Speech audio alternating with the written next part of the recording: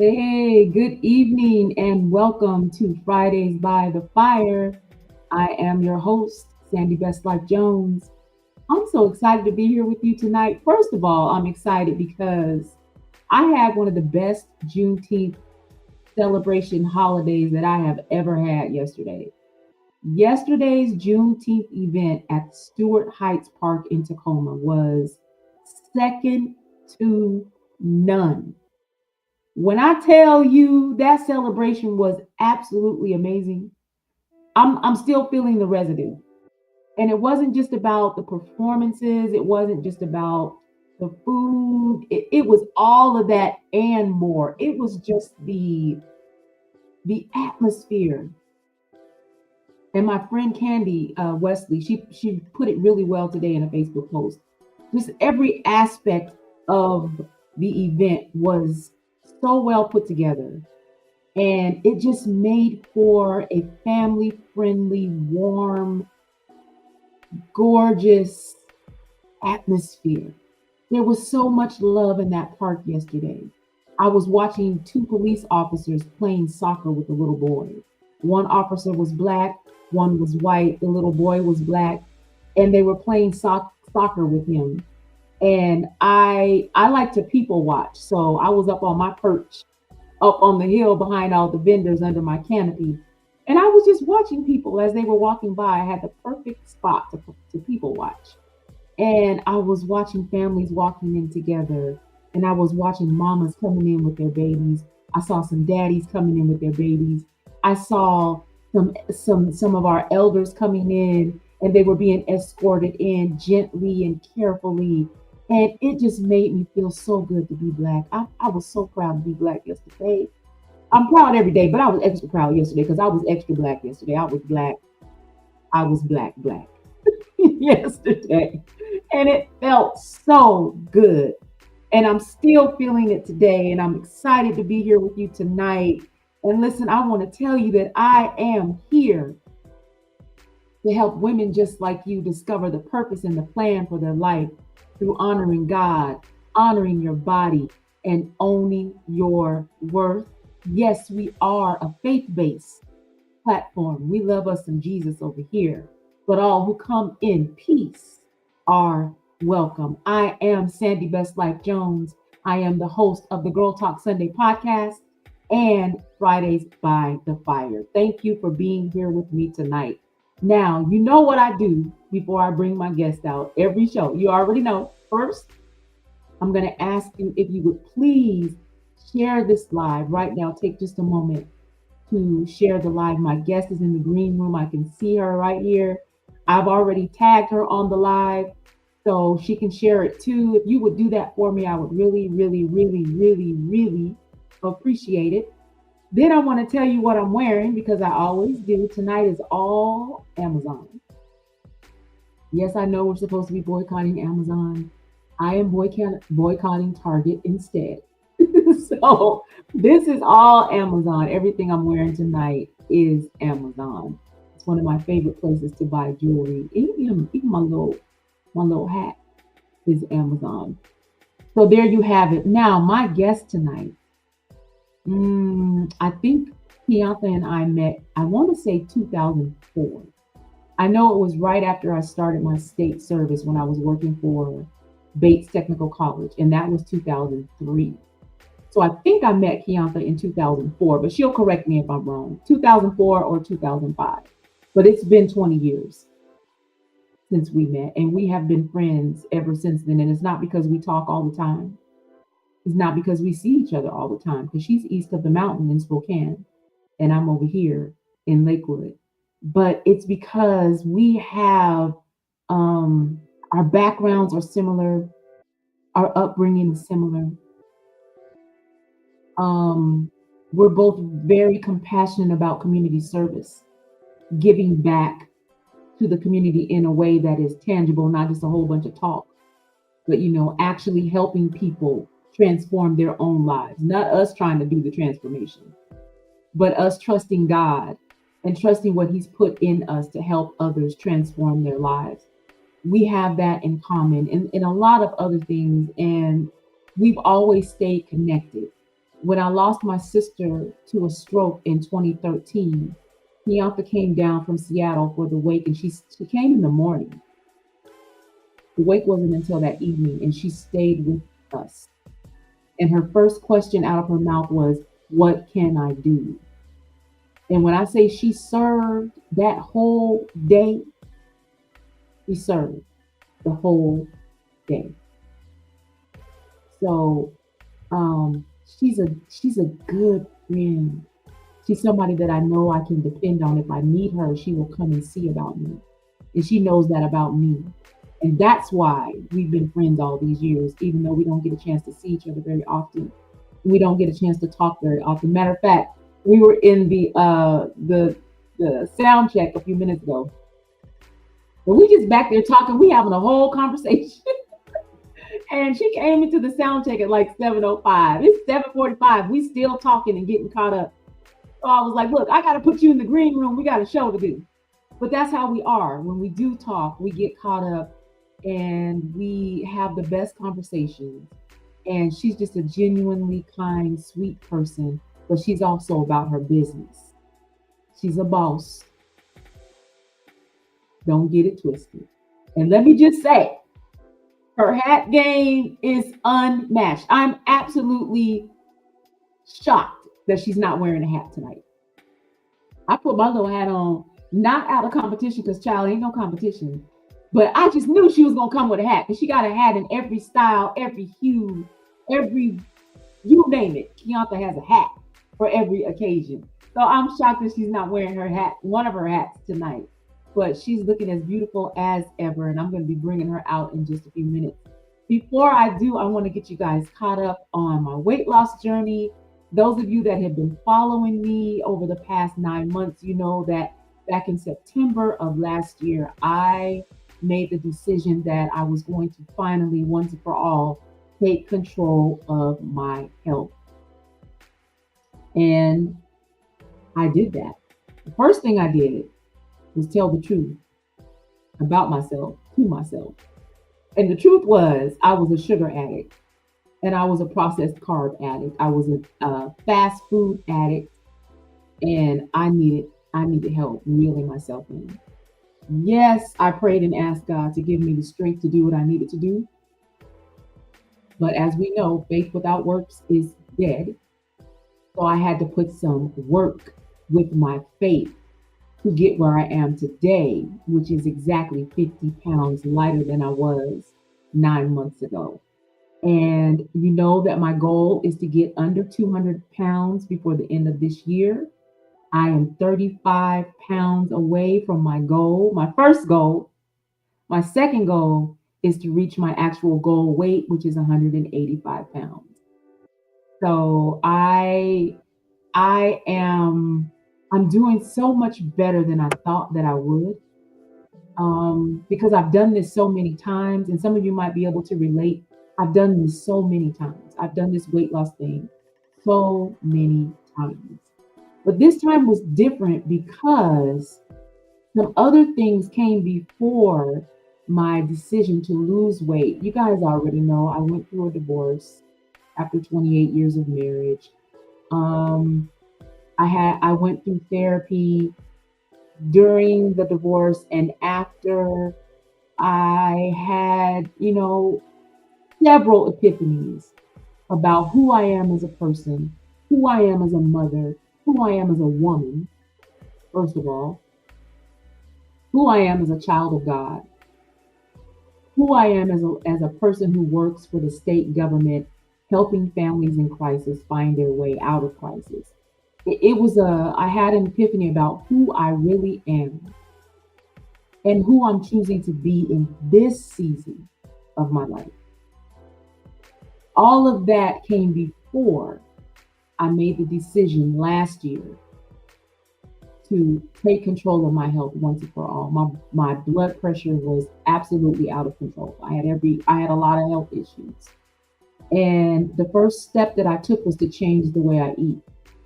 I found out through my trainer, Dr. Glenda Shepherd. Shout out to Dr. Glenda. I found out through her that weight loss is 80% what you eat and 20% exercise.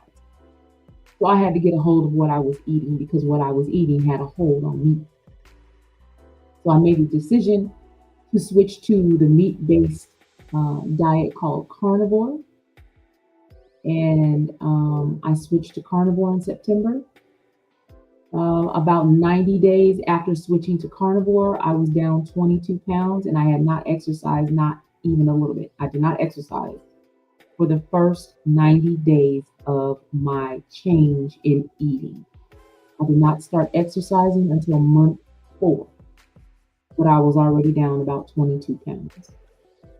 So now that I'm 50 pounds lighter, I can look back and honestly say I did not know how large I had gotten. I didn't know. I couldn't see it until after I started losing weight and I started looking at pictures of myself. And then I said, oh, but I know what the weight gain was about. It wasn't just about liking white cake with chocolate with a white cream frosting, because that's my favorite. White cake buttercream frosting is my favorite. It wasn't just about that. It was about the feelings that I was stuffing down with food, and the feelings of disappointment, the feelings of shame, the feelings of not thinking that I was good enough. All of that, all of those feelings were part of the reason why I was eating the kinds of food that I was eating. I needed the salty, I needed the fried, I needed the sweets, all of that to help me feel better. And it was a quick fix. It was a not so great band-aid on a really big wound. And once I was able to admit that, that's when I was able to start making the changes that I needed to make. And this is what I say about weight loss all the time when people ask me, what am I doing to lose weight? And how long has it taken me to lose the 50 pounds that I've lost? People ask me questions all the time. And this is what I found out for myself about weight loss. And I'm not a doctor. I'm just telling you my personal experience. Until you hone in on why you eat the way you eat, it's going to be difficult to lose weight. It's the why behind the unhealthy eating that's the most important. Why are you reaching for that? And how are you feeling when you reach for that? I started keeping track of how I felt when I reached for a triple cheeseburger. How I felt when I reached for a huge chunk of white cake with buttercream frosting. I could eat a round cake, a 9-inch round cake by myself. So I started tracking how I felt when I reached for that thing, that food. And then I would talk to my therapist about, my progress that week and how I was feeling. And I found out that any feelings of anxiousness, uncertainty, fear, confusion would lead me to my favorite fast food restaurant. And I've talked about, how I was eating in secret and all of that. You guys know, if you've been following me, you know. But now I have a rhythm. Now my day has, I have a plan for the day. I already know what I'm going to eat, for the day. When I start my day, I know what I'm going to eat. Sometimes I meal prep, sometimes I don't. But even when I don't, I still have what I need so that I can eat what my body needs to get me through the day. So I am a high protein, low to no carb lady. I probably eat 20 grams or less of carbs a day. More protein, less carbs is how I've gotten here today, 50 pounds lighter. So it's important to get honest with yourself when you're talking about, not just losing weight, but reclaiming your health. It's important to get honest with yourself. You got to find an eating plan that works for you. Carnivore may not be for you. Carnivore is not for everybody. You might want to do keto. You might just want to cut back on what you're doing but still eat the same stuff that you've been eating. Whatever works for you, you got to find that sweet spot. And then when you find your sweet spot, find a way to stick with that for at least 90 days. It's going to take about 90 days for you to see and experience the change in your body. 30 days is not long enough. 60 is just barely long enough. A week, child, no. You're playing. A week, no. Mm-mm. You need at least 90 days to see the results of the changes that you've made, even if you just cut back on soda. Even if you don't stop drinking soda, but you cut back on soda. 90 days, you'll see a difference. And then get your rhythm. It's the doing that does it. When you find your rhythm and you find that sweet spot, the weight will come off. And then you add the exercise that works for you. I don't do a whole bunch of hopping and jumping and skipping around. That ain't me. I don't do Zumba. I don't do that. I just walk. I walk at least 4 times a week. Right now, I'm up to 2 miles, 4 times a week. I wear my weighted vest when I want to get some resistance in there. I put my weighted vest on and I walk with my vest. And that's how I get my resistance strength training part in there. I have to keep it simple because if I don't, I won't stick to it. I know this about me. I'm 57. There's some things that you should just know about yourself by the time you turn 57. I know that if I don't keep it simple, I won't stay with it. And so I've been able to simplify my eating and my exercise routine to a point where I have a rhythm now. I know that I'm going to have to switch up my exercise and add another mile. And I'm going to do that next month. I'll be doing 3 miles a day until I hit my goal weight for the first goal. But I don't add a whole bunch of extra stuff because I know I won't keep up with it. So that's where I am now. I'm down 50 pounds and I weigh in once a month. I do not weigh myself once a week. I'm not here to make myself crazy. I weigh in once a month on the 16th of every month. That is it. That is all. Whatever happens between the 16th of one month to the 16th of the other, I don't care. All I care about is the weight that's on the scale when I get to the 16th of the month. Keeping it simple makes it easier to maintain your rhythm. And the rhythm is how you create results, when you get in a rhythm.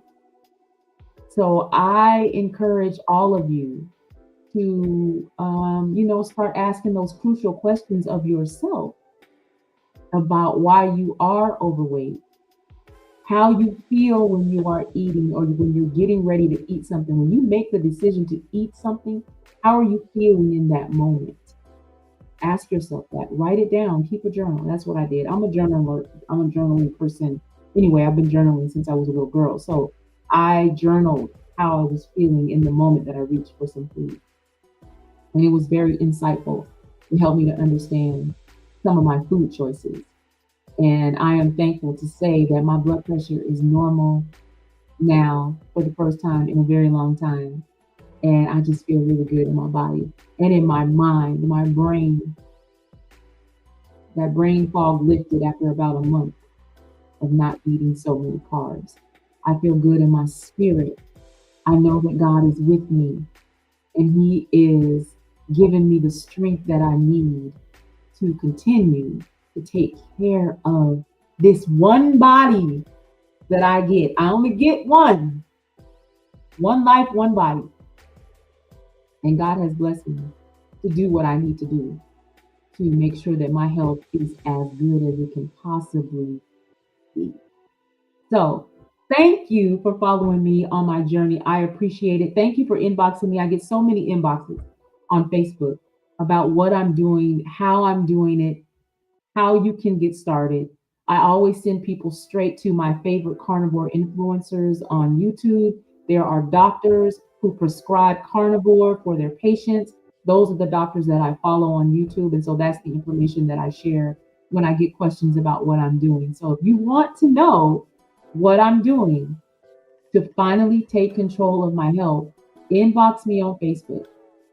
I'll be happy to share what I'm doing and share some information with you. All right. All right. So hopefully you guys have shared the live. I'm bringing Kiantha out because we have a conversation to have. So here she comes. There she is. Sandy. That's my girl. Listen, Sandy, you had me almost ready to cry listening to that stage and just the memory of when we met. And I remember the day that I came when Lisa was being buried. Her funeral was today. And you and I both are lipstick lovers. And I had lipstick in my purse. And I used that lipstick for Lisa and that everything to be able to be there for you and your family that day. So yeah, I know it was 20 years. It's been 20 years. Yes. And Lisa left us 12 years ago. It'll be 12 years in September.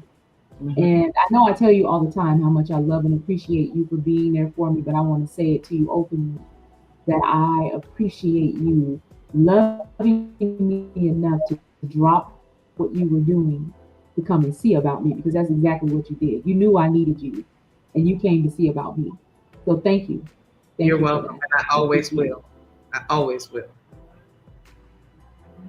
Yes. So tonight is Fridays by the Fire. And Fridays by the Fire, if you don't already know, is a bite-sized version of Girl Talk Sunday. Fridays by the Fire is a 20-minute meaningful conversation about life, love, and the pursuit of wholeness.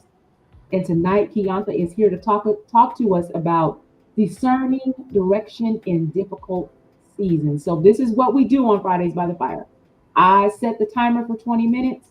I let my guests have the floor. When that 20 minutes is up and that timer goes off, the conversation is over. So I'm going to set the timer. What time is it? 8:27? Okay. I like this. He's been quitted. I like it. I like it. Yes. So 8:47 is when we'll be done with our conversation. Let me put this on here right here. 8:47 p.m. today. Okay.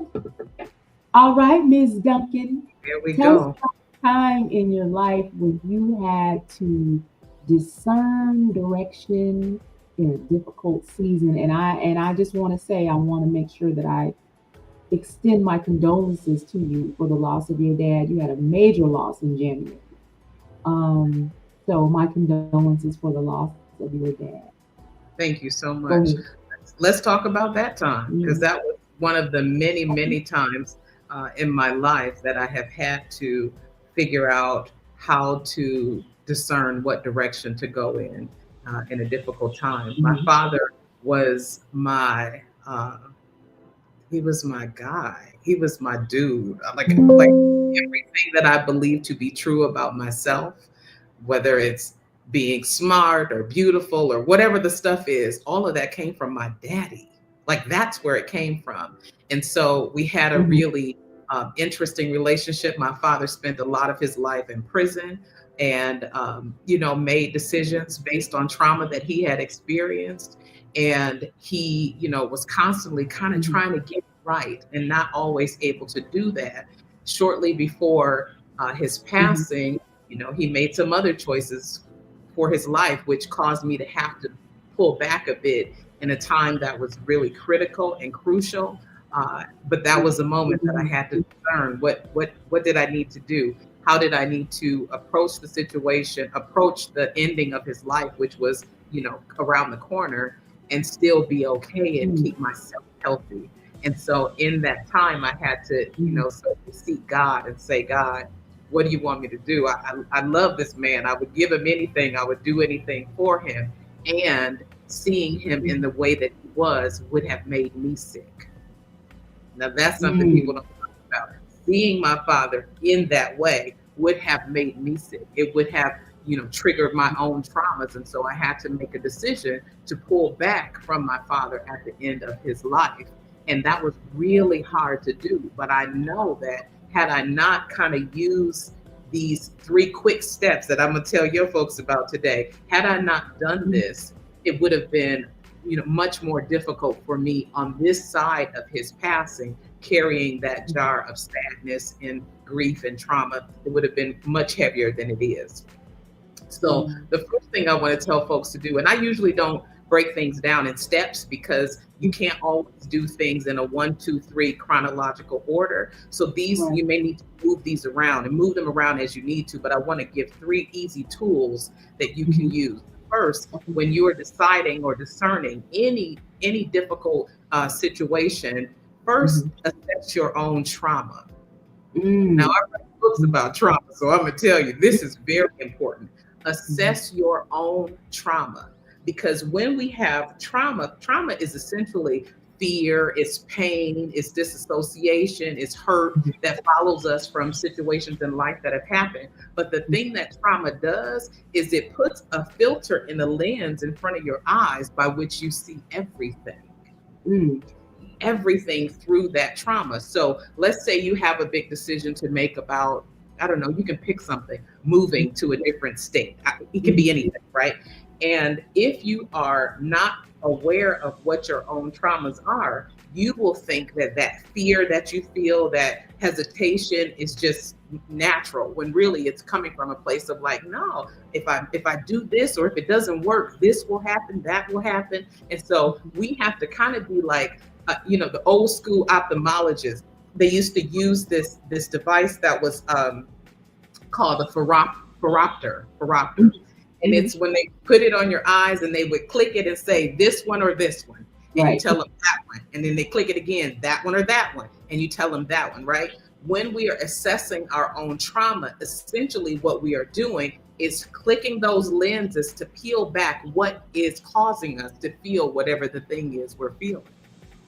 Once you're able to do that, then you have a clearer view in front of you. When I make decisions and I make them based on fear, fear will hold me back. And I'm a person that I used to be fearless. Let me tell you, when we met 20 years ago, I would have jumped off a building if I believed I could fly. I really would have. But life has a way of making us more afraid of the things that, really God wants for us. Life will make us afraid of what God wants for us because we've been harmed or hurt, right? So when I look at the situation and I say, you know what? Okay, what is this actually coming up for me? Why am I feeling this hesitation? Why am I feeling this worry, right? That's the first step, because then I can say, oh, that probably came from that one time when that thing happened that caused me to feel this way, right? So once I can move that out of the way and move that filter out of the way, right? So I then switched it, moved it out of the way. Now I can ask what is the second part, which is the critical question. What does God want for me? Not from me. What does God want for me? What does God want for me? Because then when I look at it and I click that lens of what does God want for me, then I can see a lot more clearly. Oh, God told me that this was my future. This thing was going to happen. This was prophesied over me. This is the direction. This is the path. And then I can make clearer decisions and I can see what it is God wanted for me when I'm not looking at it through that lens of trauma. The other thing that I would say, you got to ask yourself, who do you believe you actually are? Go back to the example of someone maybe wanting to relocate. Do you believe that you can actually relocate? Do you believe that you can actually be successful in another city, in another place, in another environment? And if you are not sure if you can, go back to question number 1. What does God say is for me? What did God say is for me? The third thing that I would encourage people to do is think about who you believe you are. Who do you believe you are? And sometimes who we believe we are can be murky when those filters of trauma are the thing that we're looking through. So when you think about, well, can I actually do this thing, whatever this thing is? Well, if God made you and God can do all the things and does all the things, then why wouldn't I be able to do that thing? The only Yeah. thing that makes me feel like I can't is that trauma. Trauma is so, to me, it is the thing that connects us all. I do a lot of work, and you would not believe how many people say, "Oh, I don't think I've had any trauma. I'm Hmm. fine." Hmm. And when Yeah. they say that, I think, ooh, actually, if you think you haven't had any, then you probably have had a lot. You Do you probably think had, it's because I don't say mean to it cut again. you off. Do you think people say that because they think when they think of trauma, they think of some earth shattering thing that happened to them? Is that why a lot of people or some people might say, I've never had any trauma? I think it's partially that. It could be that they think about a catastrophic event happening Hmm. and that Right. being trauma. But I also think that probably more so than that, it is the fear of facing the reality of Hmm. the things that you experience not being positive and having a Hmm. negative impact on your life and how you move. So it's more of that, less of they're thinking of something big. It's more of like, I don't want to think of anything at all because I Hmm. don't want to believe that something that happened to me in my past, be it your childhood, be it adulthood, that that thing could actually impact how you move and how you show up today. Hmm. Yeah, So trauma could be something as I don't want to call it simple, but something like at 9 years old, your mom says you never do anything right. That can absolutely. traumatize a child. Absolutely. And Yeah. then let me tell you this, we spend a lot of time, I spend a lot of time in studies Mhm. talking about childhood trauma. And while childhood trauma is critical because Mhm. that often can lead you on a path to adult trauma is just as big. So Mhm. someone hearing from a parent at 9 years old, you Mhm. don't do anything right, or you're overweight. I had a friend tell me that her mother used to tell her, she was overweight at a young age, because you were talking Mhm. about weight earlier. That's Mhm. the same, it has the same impact and it carries the same weight as someone working for an organization where their boss tells them, they're stupid, or they Right. don't work as fast as somebody else, or, they don't do things like someone else does. It carries the Mhm. same weight. It happens at Mhm. different parts in our lives, but it affects us all the same. Yeah. And I know that you did a TEDx talk on ACEs. Tell us what ACEs is. So ACEs are adverse childhood experiences, and they've all been experienced between the ages of birth and Mhm. 18 years old. So there are 10 ACEs, and I don't know all of them or remember all of them offhand. I can tell you some of them are, if you've lived in a household with a parent who's been incarcerated, if you've Mhm. lived with a parent or an adult who has had an issue with drugs or alcohol or prescription drugs, that would be an Mhm. ACE. A Mhm. parent who's experienced prison is an ACE. Being sexually assaulted as a child is an ACE. Being neglected as a Mhm. child is an ACE. Having moments or times in which you don't have food or clean clothing, that's an ACE. And so there are 10 of them, and you can find them. Just go online and type in Mhm. ACEs, A, capital C, capital E, lowercase s, and you can Mhm. get the list, and take the ACEs survey. And I encourage people to take it, because sometimes you think, especially culturally, we Mhm. think, oh, this is normal. Mhm. Yeah. This is normal. That happened to me, my cousin, my uncle, my Mhm. auntie. Those are normal things, but in truth, those are actually not normal things that children should be experiencing. But I was a child who experienced all 10 ACEs, Mhm. all 10. So that's why my TED Talk is titled A Perfect 10, because I had all of them. Yeah. I want to know, was your dad, did he have a long-term illness or did his decline in health happen suddenly? It happened suddenly. So he Oh, was diagnosed pretty quickly, with mhm. stage 4 small cell lung cancer, stage Mhm. 4 small cell lung cancer. Mhm. And my father didn't have a lot of money. He had state insurance, and so there is a delay in when you get diagnosed and when you actually see the specialist that can help you and determine what your treatment schedule will be. And by the Mhm. time that he had gotten diagnosed, he had already escalated to stage 4.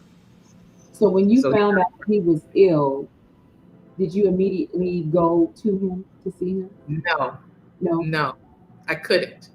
I Mhm. couldn't. And that was really, hard to explain to people why I could not. I have sisters. I have three other sisters by my father. And I was the closest one to my father all my life. I actually lived with my father when I was a child. In one of the moments in between my grandmother's home and foster care. And so we had this very close relationship. But when I learned that he was sick, I actually froze. Actually froze. And I didn't even know like how to wrap my mind around the fact that this person who I really loved, who I knew genuinely not loved me for what I could do, not loved me for what I accomplished, all that crap. It was none of that. This man loved me. He just loved me, knowing that he was going to die, and him being a parent that I had connection with, because I didn't have that same connection with my mother. Just knowing it, I froze on the inside and froze on the outside and really couldn't go. I remember when I did finally make my way to Wisconsin to see him, by that point, he was, no longer verbal or anything. And he was in the hospital bed. And I had told my sisters before I went in the room, like, oh, I'm going to be the one that's going to fall out. I'm going to fall out on the floor. Like, I'm going to lose it. But when I walked in the room, I froze again. And I didn't say anything. I didn't cry. Nothing happened. It was almost like literally something came over my body and shut everything down, because the reality of the pain that I knew I would feel and that I felt just even seeing him laying there, it was too much for me to handle. It was too much. So when you walked in the hospital room and you saw your daddy, did all of the times that you needed your daddy and you didn't have him, did those come back to you? Or did you push that aside and say, you know what, I just want to be here with you? That's an interesting question. What happened for me in that moment, I just wanted him to know that I came. Like, I just wanted him to know, like, I don't care what happened. Like, it was hard knowing that I needed to come, but I want you to know, like, you my dude, and I came. And I'm here and I'm facing it. I just want you to know that I'm here. I don't know if he knew that I was there, because it was literally 2 days before he passed. So I'm not sure that he even felt me or saw me in the room. I don't know, but it was important to me to just be there and let him know that in the end, I didn't let him down and not show up, because I knew he wouldn't let me down. My father was the kind of person that he was a street dude. When I say a street dude, my father was a street dude. And, he taught me how to walk down the street and always walk on the inside, because you let women walk on the inside. I got that from my daddy. And he was the kind of person that never told me really a lie. He told me the truth, even about things that I wasn't prepared to hear. Funniest story, very quick. One year, my dad came to visit me before I moved to Washington State. I lived in Arizona. And he came laying in my bed with me, and we were talking, and I said, Daddy, you never told me anything about how you and my mother got together. Were you in love with my mother? Like, what was the story? He said, no, I was. She was pretty and she was smart. That's it. Wow. And as a kid, I'm an adult, but you want to hear some romantic story. Right. But what I appreciated about my daddy is he didn't play them kind of games. And actually, I turned out to be the same way. I'm going to tell you the truth, whether you like it or not, you can trust it, because it's true. You can trust it. And somebody who will do that for you is so valuable. And so that's something that I think, of all the things that I can remember about my dad, the biggest thing is that he told me the truth. He told me what was what. He let me ask questions. He never hid anything from me. He let me see the dirty side of things and the kind side of things. My father was like the Dr. Doolittle. He loved animals, but he was a gay too. Now, talk to me about your new book. Let's talk about that. So, the one that I'm writing right now, that I have not shared hardly with anyone about this one, because it's so close to my heart. This is one of the things that there's been a few times in my life where God spoke to me in a way that was audible, like that there was no misunderstanding what it was, who it was, and what I was supposed to do. And this was one of those times. And, our country, our world is in, I don't even know what to call it. Every day it is something else. And because I knew that, we were getting ready to be at war, we're getting ready to be at war. We're already at war technically. And I think just last night or yesterday, the president finally, said, yes, we are involved in the Iran war. God told me people need a tool. We need a tool to get through this, to help us process the trauma that we are experiencing from living in a polarized world, from living in a community in which you don't know if the person that's living right next door to you might have been the person that maybe voted for the person that's helping this all go down. Like, we have to have a way of figuring out how to find joy and how to still remain healthy, somewhat healthy in the midst of a lot of trauma. I had this vision in my mind of, and I have not told anybody about this, and you're the first person I'm telling about this part. I had this vision in my mind of, finding joy in this amount of trauma is almost like trying to find a grain of sugar in a jar of salt. How do you find the grain of sugar in the jar of salt? And that is, this book is a tool to help people work through ways to find the grain of sugar in the jar of salt. Now, the book that you have available right now on Amazon, talk about that. So, Excavating the Soul, that's the first book. I actually have two that are out. Excavating the Soul is a journey through healing, really healing our own traumas and dealing with those things that we don't often want to face. And not in a way, not a personal story of mine. It's not my story. It is really a journal that helps you through soulful prompts, kind of dig into those parts of ourselves that really keep a hold on us when we don't talk about them, when we try to ignore them. Our alarm is going off. Our 20 minutes is up. Oh my gosh, Kiantha, you have to come back for Girl Talk. I will come back. We can give you a whole hour because we need to finish talking.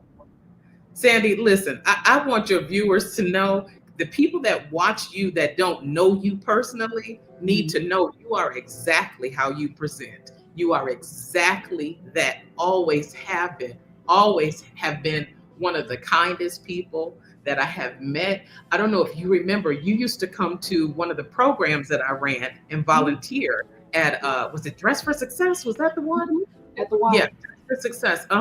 That was something that you didn't have to do. You didn't have to do that, but you did that because you care about others, and you care about others deeply. I'm a person that I can spot a lead, I can smell a leader, and I can smell a fake. I can smell it. That's not who you are. And so the people who are following you, who are watching your weight loss journey, who are watching you as you transition through the big decisions in your own life, you are showing them exactly who you are. And I hope they know that that is a blessing to be able to witness in real time. Oh, thank you so much, Key. I appreciate you. I really do. And thank you, everybody, for joining us tonight for Fridays by the Fire with Sandi Best Life Jones. I will put a link to Kiantha's latest books that are available on Amazon. I'll put that link in the description box on this video. So when you click on it, you'll be able to order her books. Please grab them. I also put a link to her TEDx Spokane talk on my Facebook post, so you can go and watch it. It's only about 11 minutes because I know y'all be having ADD and can't watch long videos, which is why I created this particular show, because y'all kept telling me I can't watch a whole hour. So now it's only 20 minutes. But her TEDx Spokane talk is about 11 minutes. It is a really great discussion about ACEs, adverse childhood experience. Yes. So go on Facebook, click that link, watch her TEDx Spokane talk. It's really, really informative, very insightful, and it might be able to help you understand some of the things that your own children are going through, or why you respond the way you respond to things because of the childhood trauma in your own life that has not been addressed. All right. So thank you so much for being here tonight. I love you, dear. I love you, Sandi. I'm going to put you back in the green room. Don't leave because we got to finish talking. Absolutely. All right. Bless you. All right, everybody. That is our show for tonight. And did you notice? No technical glitches. No technical glitches tonight. Again, thank you, James Jacobs. Thank you, my good friend, missionary Melanie Brown. Thank you both for helping me hold on. You wouldn't let me quit my show because of technical glitches. You inspired me, you encouraged me, you empowered me to hold on so we could fix the issue. And we did that. To God be the glory. Woo! Thank you so much. Thank you, thank you, thank you. Next on the Girl Talk Sunday podcast, my guest, Tiffany Terry Thomas, is headed to the Girl Talk Sunday sofa. She's going to be sharing her heart on a discussion about the art of ending friendships. And when I tell you, you do not want to miss this conversation with Tiffany Terry Thomas. I'm telling you, our pre-interview, I got to go back and watch it before the actual interview because I want to jot down some talking points. But the way Tiffany talked about the pain that she went through when she discovered some things about some people that she thought were her really, really close friends. And she had to end those friendships in order to move forward in her life. Ooh, child. If you ever had to end a friendship, you'll relate. If you've never had to end a friendship, but you're finding yourself right now contemplating whether or not you should stay connected to this person, this job, this romantic relationship, this career that you're in, whatever the case may be, a mindset, a habit, whatever it is that you might be contemplating you need to let go of, this conversation with Tiffany will be the conversation that kind of helps you move forward in your decision making on what you need to do, what you're going to do, what you must do. So that show is Sunday, July 29th, 6 p.m. Pacific Daylight Time. Tiffany Terry Thomas is coming to the Girl Talk Sunday podcast. All right. That is Fridays by the Fire for tonight. Thank you all for being here. I appreciate you. Thank you for hanging in there while we worked out the technical glitches over the last few months. It has been one of the most challenging times of my life, and I'm not joking. It was very challenging, but I thank God for good friends who won't let you give up on yourself. And I hope I'm that kind of friend, whoever needs that kind of friend. I love you all. I will see you next Friday for Fridays by the Fire. I'll be sharing a message of my own next Friday right here live on YouTube and Facebook, 8 o'clock Pacific Daylight Time on Fridays by the Fire. So I will see you next week right here by the fire. God bless you. Good night.